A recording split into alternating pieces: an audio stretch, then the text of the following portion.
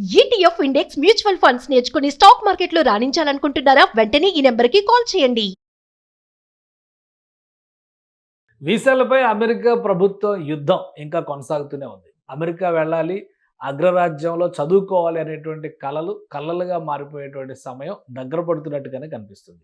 గతంలో ఉన్నటువంటి నిబంధనలు, నియమాలు ప్రతి ఒక్కదాన్ని రివ్యూ చేయడం, వాటిలో మార్పులు చేయడం. మేక్ అమెరికా గ్రేట్ అగైన్ అని చెబుతూ వచ్చినటువంటి డొనాల్డ్ ట్రంప్ ప్రభుత్వం దానికి అనుగుణంగానే అమెరికన్స్కి అనుకూలంగా చట్టాల్లో మార్పులు చేసేటువంటి ప్రయత్నం చేస్తుంది. ఇప్పుడు విద్యార్థి వీసాల పైన కూడా ఆ పిడుగు పడుతుంది. అసలు ఏం మార్పులు రాబోతున్నాయి?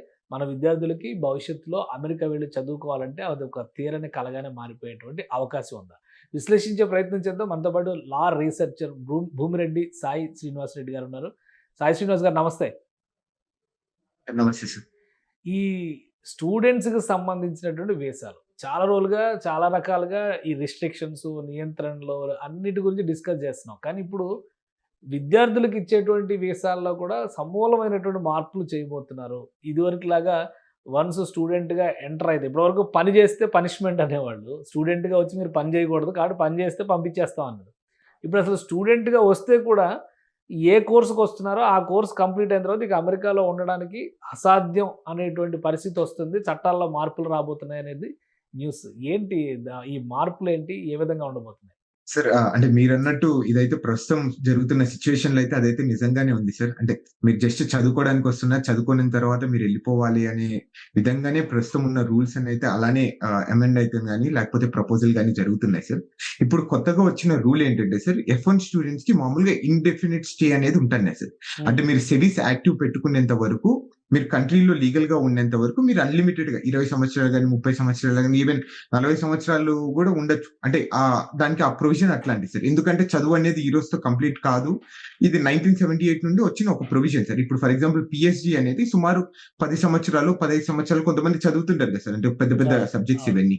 సో దాని పరంగా ఆ రోజు 1978 లో ఈ రూల్ తీసుకొని రావడం జరిగింది సార్. అంటే స్టూడెంట్ కి మామూలుగా మిగతా వీసాలకు మాత్రము డిఫరెన్స్ ఏంటంటే, మీరు లిమిటెడ్ స్టే లో ఉండాలి, మేము అన్లిమిటెడ్ స్టే గా ఉండొచ్చు. మాకంటే సింపుల్ గా మనం ఎలా తెలుసుకోవచ్చు అంటే, మీరు I-94 లో మామూలుగా మనము ఎంటర్ అయినప్పుడు మీకు B1 వీసా లేకపోతే B2 వీసా మీద వచ్చినప్పుడు మీకు 6 నెలల వ్యాలిడిటీగా ఉండి డేట్ అనేది వస్తుంది. స్టూడెంట్స్ కి ఎక్కడే గానీ DS అని వస్తుంది సార్. అంటే డ్యూరేషన్ ఆఫ్ స్టాటస్ అని. మీరు లీగల్ గా స్టాటస్ సెవీస్ అనేది మెయింటైన్ చేసుకున్నంత వరకు మీరు అమెరికాలో కొనసాగించు అనేది ముందు రూల్ ఉన్నది. ఇప్పుడు దాన్ని రిమూవ్ చేసేసి 4 సంవత్సరాలకి లేకపోతే 2 సంవత్సరాలకి, అంటే మీరు ఎన్ని సంవత్సరాలు చదువుకుంటున్నారు ఇక్కడ చదువు, అంత సంవత్సరాల వరకే మీకు ఇది ఇస్తామని చెప్పడం జరిగింది సార్. కానీ అంటే ఒకటి, ఇప్పుడు స్టూడెంట్స్కి కోర్సుని బట్టి సమయాన్ని డిసైడ్ చేస్తారు. 4 ఏళ్ళు పక్కాగా 4 ఏళ్ళే ఉండాలి, తర్వాత మళ్ళీ ఎక్స్టెన్షన్స్ ఉండవు అంటే, ఇప్పుడు ఒకవేళ కోర్సులో డిలే జరిగినా, వేరే ఏదైనా కారణాల వలన ఫెయిల్యూర్స్ లాంటివి ఎదురైనా కానీ పరిష్కారాలు ఏమైనా ఉన్నాయా? ఇంత ముందర చాలా ఫ్లెక్సిబుల్గా ఉండేది అనేటువంటి అభిప్రాయం ఉంది. ఇప్పుడు పరిష్కారాలు ఏమైనా ఉన్నాయా కొత్త చట్టాల మార్పుల విషయంలో? సో యూజువల్ గా తనేం చెప్తున్నాడంటే సార్, అంటే మీరు ఎక్కువ చదవాలనుకుంటే, వీసా కన్నా ఎక్కువ చదవాలనుకుని మీరు ఎక్స్టెన్షన్ అప్లై చేయండి అంటున్నారు. I-539 అనేది ఒకటి ఉంటుంది సార్, ఎక్స్టెన్షన్. సో దాన్ని ఫైల్ చేసి మీకు ఎక్స్టెన్షన్ ఇస్తాము. దాని అనుగుణంగా అంటే మీరు ఏం చదవాలనుకుంటున్నారు, ఏం చేయాలనుకుంటున్నారు, మీరు ఈ రూల్స్ అబైడ్ అయినాయా లేవా అనే అవన్నీ క్యాలిక్యులేట్ చేసి I-539 ఫైల్ చేసిన తర్వాత మీకు ఎక్స్టెన్షన్ ఇస్తారు సార్. అంటే కొన్ని రోజులే, ఇప్పుడు ఫర్ ఎగ్జాంపుల్ మీకు 6 నెలల్లో చదువు అయిపోతుంది అనుకో, 6 నెలల వరకే మీకు ఆ ఎక్స్టెన్షన్ అనేది ఇవ్వడం జరుగుతుంది. కానీ అంటే ఇప్పుడు స్టూడెంట్స్కి వచ్చేసరికి కాలేజీలో అంటే క్యాంపస్లో బయట పనిచేయొద్దు అనేది ఒక కండిషన్ ఉంటుంది. F1 వీసాలకి ఒక స్పెషల్ కేటగిరీ కింద ట్రీట్ చేస్తూ వచ్చారు ఇప్పటిదాకా. ఇది రెగ్యులర్ వీసా లాగా అయిపోతుంది, టూరిస్ట్ వీసా లాగా అయిపోతుంది కదా. ఒక time limit, time bound, course రిలేటెడ్గా పెడితే దీనివలన అమెరికన్ యూనివర్సిటీస్కి నష్టం జరగదా? ఇప్పటికే చాలా యూనివర్సిటీల్లో కొంత అసంతృప్తి వ్యక్తం అవుతుంది విదేశీ విద్యార్థుల్ని ప్రోత్సహించకపోవడం పైన అనేటువంటి అభిప్రాయం వస్తుంది. సో ఈ కొత్త నిబంధన మళ్ళీ ఒక గుదిబండ అవుతుందా?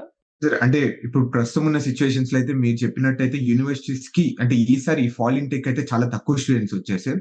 నాఫ్సా అనే ఒక సంస్థ చెప్పిన రిపోర్ట్ ప్రకారం సుమారు 80%, అంటే లాస్ట్ ఇయర్ కి ఈసారికి 80% స్టూడెంట్స్ అనేది తగ్గిపోవడం జరిగింది. అంటే కొన్ని వేల కోట్ల రూపాయలు అమెరికాకు, అంటే యూనివర్సిటీస్ కానీ అనుసంధానమైన ఈ యూనివర్సిటీస్ చుట్టుపక్కల రెస్టారెంట్స్ కానీ, చిన్న చిన్న క్లోతింగ్, ఇవన్నీ అంటే దాని మీద యూనివర్సిటీస్ మీద డిపెండ్ అయ్యేటని సో కంప్లీట్ గా డౌన్ ఫాల్ లో నడుస్తున్నట్టు మనకైతే న్యూస్ తెలుస్తుంది సార్.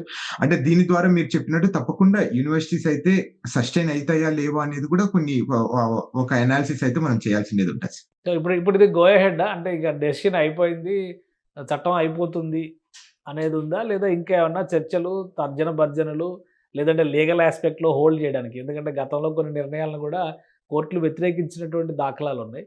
సో ఈ డెసిషన్స్ పైన ఉన్నటువంటి స్టేటస్ ఏంటి?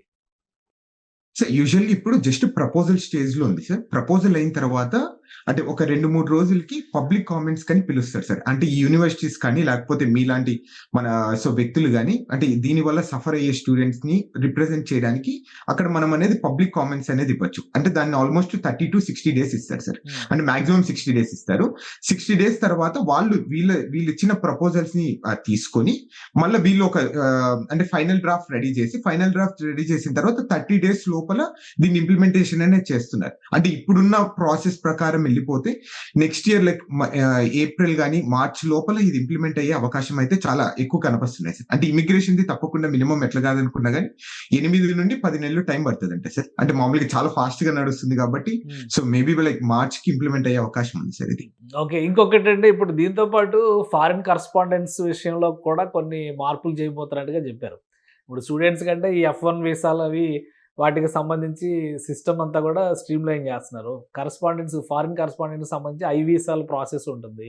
సో అది కూడా 240 రోజులకి రిస్ట్రిక్ట్ చేస్తారన్నారు. ఏంటి ఈ ఫారిన్ కరస్పాండెంట్స్ లేదా ప్రెస్ మీద కూడా ఆంక్షలు పెట్టాలనేటువంటి ఆలోచన రావడానికి కారణాలు ఏమైనా ఉన్నాయా? స్పెసిఫిక్ ఎగ్జాంపుల్స్ గాని? So I don't think so. అంటే వేరే ఇంటెన్షన్‌తో అయితే తను చేయడం లేదు సార్. అందరికి యథాచేవగా ఇప్పుడు H1బీస్ నుండి F1 గాని, I1 గాని ఇప్పుడు వివిధ వీసాలకు ఎట్లా చేస్తున్నారు దీనికి కూడా అలానే చేస్తున్నాడైతే నేను అనుకుంటున్నాను. సో వేరే ఇంటెన్షన్ అయితే ఎక్కడ కనపరావడం లేదు. దాని గురించి పెద్ద ఇప్పుడు ప్రస్తుతం యాజ్ ఆఫ్ నౌ చర్చ అయితే చాలా తక్కువగా నడుస్తుంది. ఎందుకంటే చాలా లిమిటెడ్ మీడియా రిప్రజెంటేటివ్స్ అమెరికాకు వచ్చి ఇక్కడ అంటే ఉంటారు కాబట్టి సో దాని గురించి పెద్దగా చర్చ జరగడం లేదు. దాని రియల్ ఇంటెన్షన్ అనేది ఎక్కడ కనపరావడం లేదు సార్. అంటే మీకు తెలుసో తెలీదో ఇది ఆల్రెడీ 2019లో ఒకసారి ట్రై చేశారు సార్. ఆ రోజున్న ట్రంప్ అడ్మినిస్ట్రేషనే సేమ్ ఇలాంటి రూలే ఇంప్లిమెంట్ చేయాలి. సో మళ్ళీ నెక్స్ట్ బైడెన్ వచ్చిన తర్వాత దీన్ని రిమూవ్ చేశారు. అంటే ఆ రోజున్న యూనివర్సిటీస్ ప్రెషర్ చేయడం కానీ సో లేకపోతే ట్రంప్ అడ్మినిస్ట్రేషన్ కంప్లీట్ అయిపోవడం కానీ ఇవన్నీ జరిగాయి. కానీ యాజ్ ఆఫ్ నో ఇంకా ట్రంప్ కి ఇంకా 3 years ఉంది కాబట్టి సో మేబీ తను అనుకున్న రూల్స్ అన్ని ఇంప్లిమెంట్ అయ్యే అవకాశం ఉంది సార్. అంటే ఫర్ ఎగ్జాంపుల్ H1B కానీ లేకపోతే ఈ మార్పులు చేర్పులు చేయడం వలన యూనివర్సిటీస్ కి లేదా అమెరికన్ గవర్నెన్స్ కి ఏమన్నా బెనిఫిట్ జరుగుతుందా లేదా ఒక గందరగోళ స్థితి? ఎందుకంటే ఒక్కొక్కరు వెర్షన్ ఒక్కొక్కలా ఉంటుంది. ఇక్కడ ఉన్న వాళ్ళు అక్కడికి వెళ్ళాలని ఆశతో ఉన్నారు కాబట్టి నెగిటివ్గా మాట్లాడే అవకాశం ఉంటుంది ఆబ్వియస్గా. అక్కడ ఉన్న వాళ్ళ మనస్తత్వం ఏంటి, వాళ్ళు ఎలా ఫీల్ అవుతున్నారు, ఈ చేంజెస్ పట్ల సానుకూలంగానే ఉన్నారా? అంటే యూజువల్ గా ఎలా సానుకూలంగా ఉంటారు సార్ అంటే స్టూడెంట్స్ కి రావడం వల్లనే కదా సార్ ఏ ఎకనామీ అయినా కానీ అంటే ఇర్రెస్పెక్టివ్ ఆఫ్ ద అంటే అమెరికన్ కానీ కెనడా కానీ ఇండియా కానీ సో విద్యార్థులు రావడం వల్లనే ఆ యూనివర్సిటీలు చాలా పబ్లిక్ యూనివర్సిటీ సస్టైన్ అయ్యే అవకాశం ఉంది. ఇప్పుడు ఆ డబ్బులు అనేది రాకపోతే ఎలా సస్టైన్ అవుతుంది అని కూడా ఒకసారి వీళ్ళు కూడా ఆలోచిస్తారు. అంటే ఇప్పుడు నెక్స్ట్ ఇప్పుడు మేము ఫీజు కట్టడం వల్లనే ఇప్పుడు అంటే చాలా మంది మనమంటే మేమని కాదు సో ఆ యూనివర్సిటీస్ లో ఉన్న ఎంప్లాయీస్ కి జీతాలు కానీ లేకపోతే యూనివర్సిటీస్ మెయింటెనెన్స్ కానీ ఇవన్నీ నడుస్తుంది. అదే లేకపోతే యూనివర్సిటీస్ ఎలా సస్టైన్ అవుతుంది మెయిన్ ఆర్గ్యుమెంట్. అది ఇది ఎప్పుడు నుండి యూనివర్సిటీస్ విపరీతమైన కానీ అగేన్స్ట్ గా మాట్లాడుతూ వస్తున్నాయి. అంటే ఇప్పుడు కూడా తప్పకుండా యూనివర్సిటీస్ అన్ని అగేన్స్ట్ గా మాట్లాడతాయి అయితే నేను అనుకుంటున్నాను. అంటే ఇప్పుడు ఈ కండిషన్స్ వలన ఎక్కువ లాస్ అయ్యేది ఇండియన్ స్టూడెంట్సా లేదా ఓవరాల్ గా వరల్డ్ కమ్యూనిటీలో అమెరికాకు వచ్చే వాళ్ళు ఇండియన్స్ మెజారిటీ ఉండి ఉండొచ్చు లేదా ఒక మేజర్ షేర్ కింద నిలబడి ఉండొచ్చు. మిగతా దేశాల పరిస్థితి ఏంటి? అందరికి ఇవే రూల్స్ కదా, ఇండియన్స్కే ఇబ్బంది అవుతుందా, అందరికీ ఇబ్బంది అవుతుందా? అందరికీ ఇట్లనే ఇబ్బంది అవుతుంది సార్. అప్పుడు ఏమైతుందంటే కొంచెం ఎప్పుడైనా కానీ ఈ స్టూడెంట్స్ మీద ఈ బ్యూరోక్రాట్స్ కానీ ఈ ప్రాసెసింగ్ కానీ లేకపోతే ఈ కాస్ట్ ఎక్కువ కావడం కానీ ఈ అన్సర్టనిటీ వచ్చినప్పుడు ఏమైతుందంటే మన భారతీయులు కానీ వివిధ దేశాల ఉన్న విద్యార్థులు కానీ వేరే దేశాలకు వెళ్ళే అవకాశం ఉంది సార్. అంటే ఫర్ ఎగ్జాంపుల్ కెనడా కానీ సో కెనడా ఈజీగా స్టూడెంట్స్ ని ఆహ్వానిస్తుంది. లేకపోతే ఆస్ట్రేలియా కానీ లేకపోతే చైనా కానీ చైనా కూడా చెప్తుంది సో మీరు మా దేశానికి వచ్చి చదువుకోండి మేము వీసాలు ఇస్తామంటుంది. సో దీని ద్వారా ఏమైపోతుందంటే మిగతా దేశాలని ఒకసారి ఎక్స్ప్లోర్ చేయాలని మన భారతీయులు కానీ వివిధ దేశాల నుండి అక్కడికి వెళ్ళిపోయే అవకాశం ఉంది.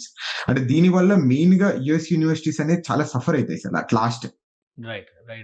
థ్యాంక్ యూ శ్రీనివాస్ రెడ్డి గారు మీ అభిప్రాయం తెలియజేసినందుకు.